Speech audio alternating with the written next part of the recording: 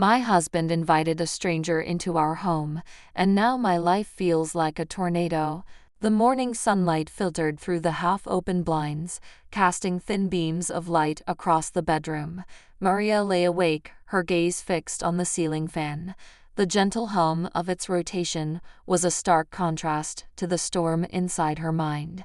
Beside her, Ethan's steady breathing filled the silence.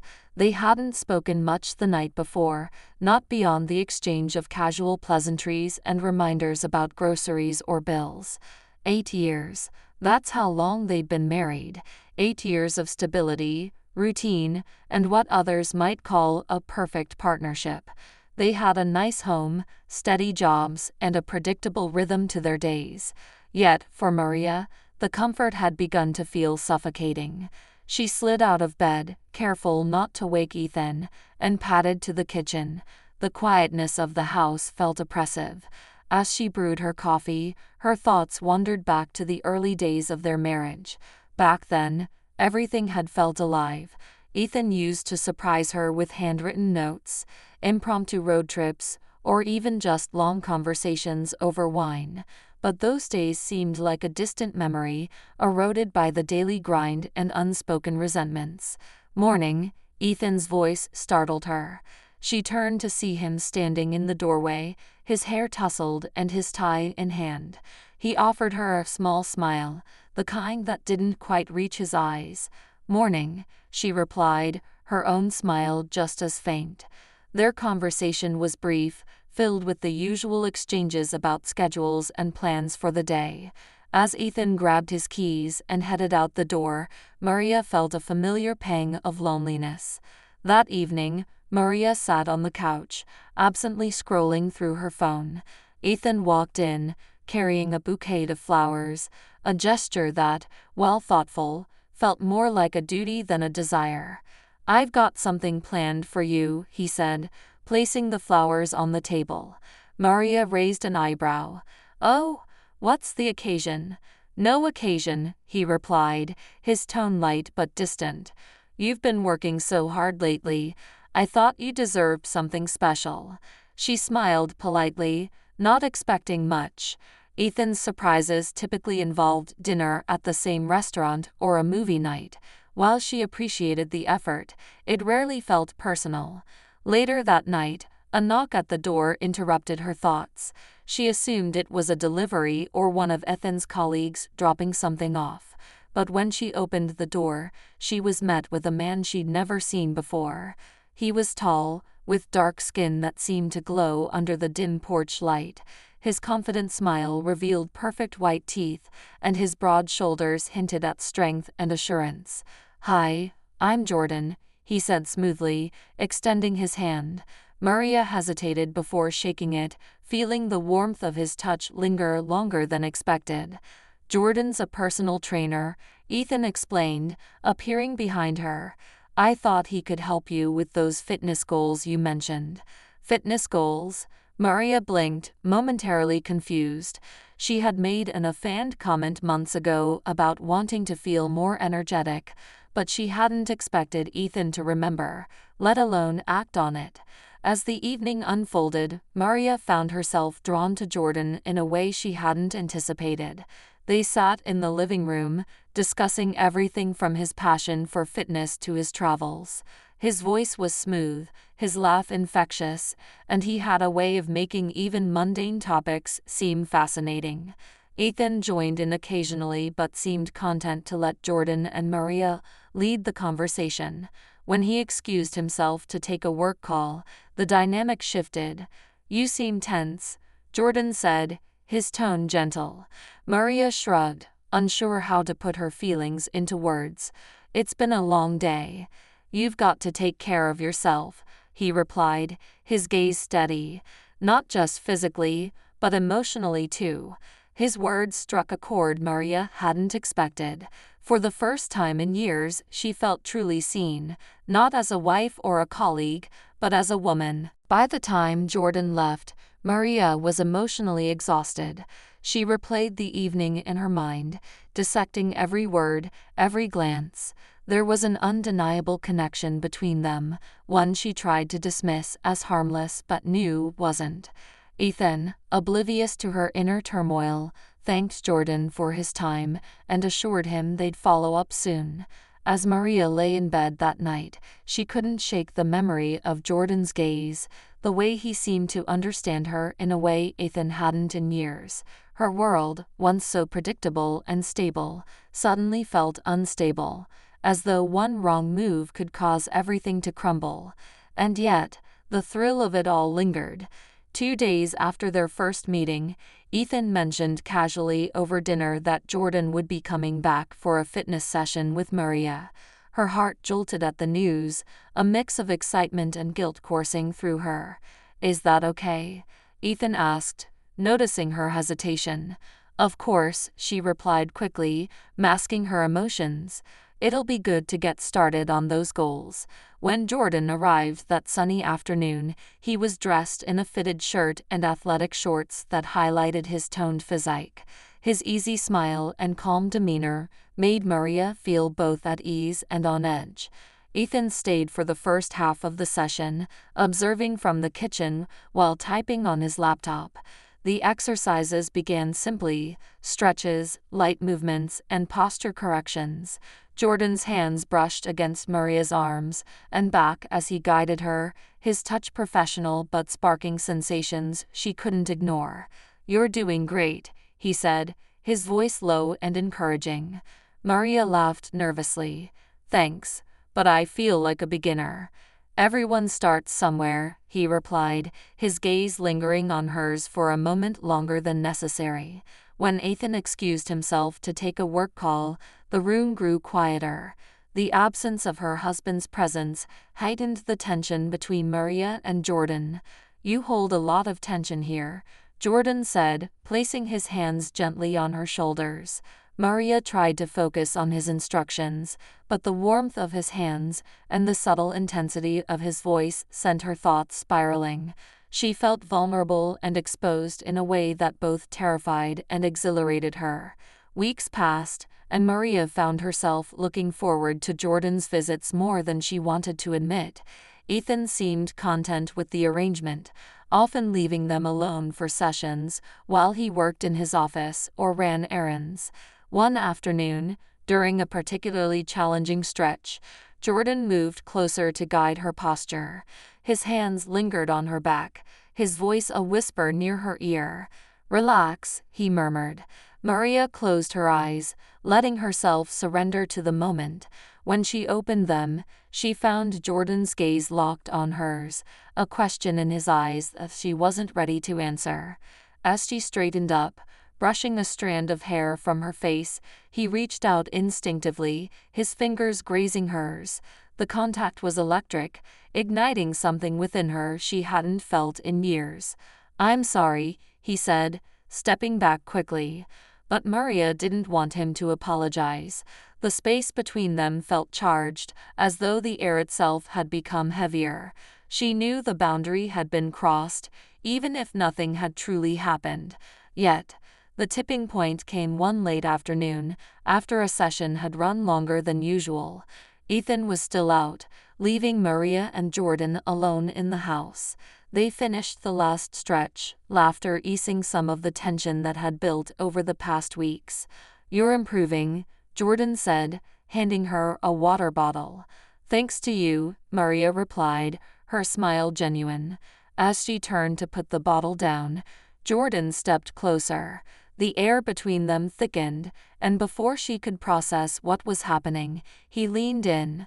His lips met hers in a kiss that was soft at first, then deepened as she responded instinctively. For a moment, the world fell away. The weight of her marriage, her responsibilities, and her guilt dissolved, replaced by a surge of emotions she hadn't allowed herself to feel in years. When they finally broke apart, reality came crashing back. "This can't happen," Maria whispered, her voice trembling. "I know," Jordan replied, his expression a mixture of regret and longing. But the damage was done. Maria spent the next few days in a haze, replaying the kiss over and over in her mind. Every glance at Ethan was a painful reminder of her betrayal, yet she couldn't deny the thrill she'd felt with Jordan. Ethan, oblivious to the turmoil brewing within her, carried on as usual. His work consumed most of his attention, and their conversations remained surface level. "You've been distracted lately," he commented one evening. "Just busy," Maria replied, avoiding his gaze. She told herself she could compartmentalize, that the kiss with Jordan had been a mistake she wouldn't repeat. But when Jordan texted her later that night, "I can't stop thinking about you," she couldn't resist replying. "Me too," she typed back, her fingers trembling. As the weeks passed, Maria found herself living a double life. Her days were filled with the routine of work and marriage, but her nights were consumed by secret texts and stolen moments with Jordan. The guilt was overwhelming, yet the connection she felt with Jordan was undeniable. He made her feel alive in a way she hadn't in years, and she couldn't bring herself to let go of that feeling. Ethan began to notice the cracks. "Is everything okay?" he asked one night, his tone more concerned than accusatory. "Of course," Maria replied quickly, forcing a smile. "Just tired." But her lie was thin, and she could see the doubt in his eyes. The inevitable confrontation came one evening when Ethan found Maria's phone on the counter, a message from Jordan lighting up the screen. "Who's Jordan?" he asked, his voice calm but sharp. Maria froze, her mind racing. "He's my trainer," she said, her voice unsteady. Ethan's gaze bore into hers. "Is that all he is?" The silence that followed was deafening. Maria felt the weight of Ethan's question settle over her like a heavy blanket.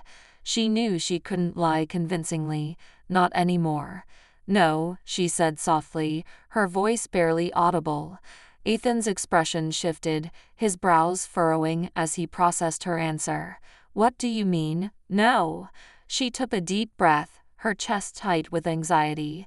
"There's been something between us. It's not what you think, but it's not nothing." The room seemed to shrink around them. Ethan leaned against the counter, his jaw clenched as he stared at her. "Did you sleep with him?" "No," Maria said quickly, "but we kissed. Once." The words hung in the air, and she saw the pain flicker across Ethan's face before he turned away, his hands gripping the edge of the counter. "How could you?" he asked, his voice strained. "I thought," he stopped, shaking his head as if he couldn't finish the thought. Maria felt tears welling up in her eyes. "I didn't plan for this to happen," she said, her voice trembling. "I was lost, Ethan. I felt so alone. And Jordan, he made me feel seen." Ethan turned to face her, his eyes red and filled with a mix of anger and hurt. "And I didn't." The days that followed were marked by a tense silence between Maria and Ethan. They avoided talking about what had happened, retreating into separate corners of their shared life. Maria slept on the couch, unable to face Ethan's disappointment and anger. Ethan, meanwhile, buried himself in work, coming home late and leaving early. Maria noticed the dark circles under his eyes, the way his shoulders seemed to sag with the weight of their fractured relationship.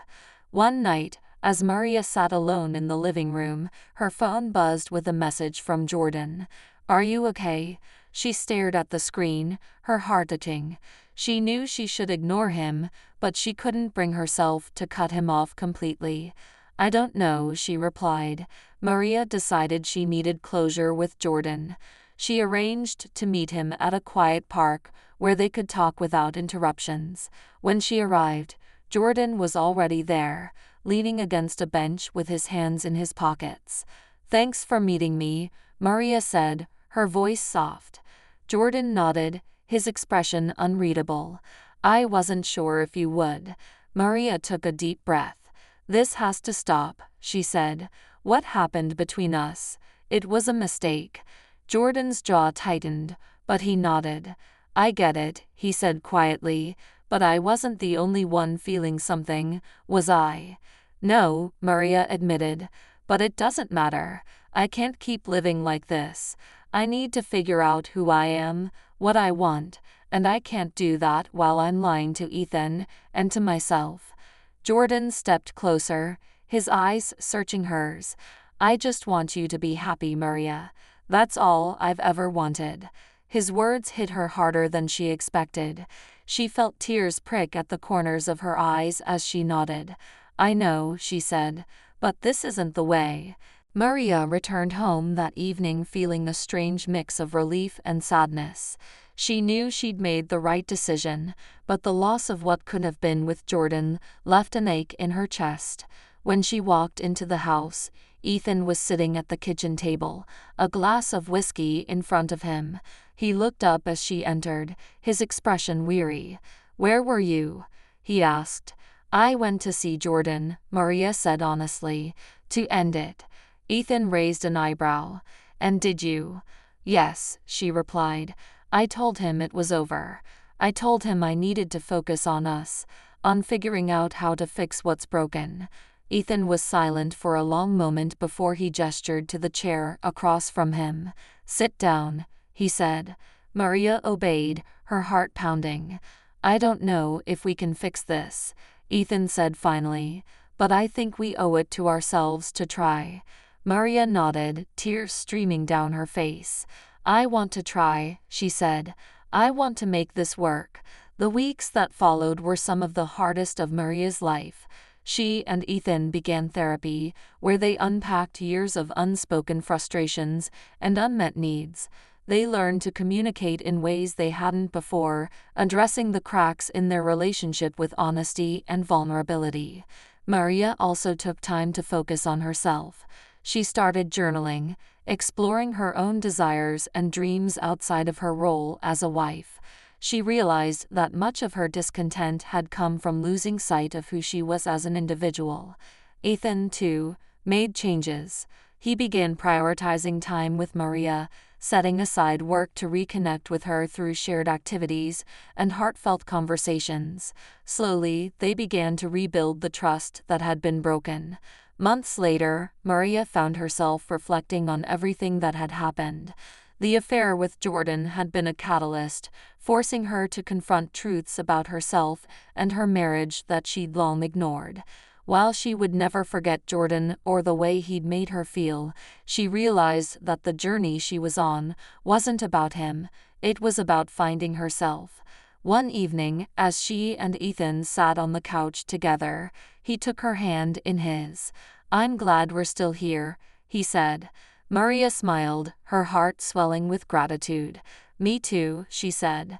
Their road wasn't perfect, but it was theirs, and they were determined to walk it together.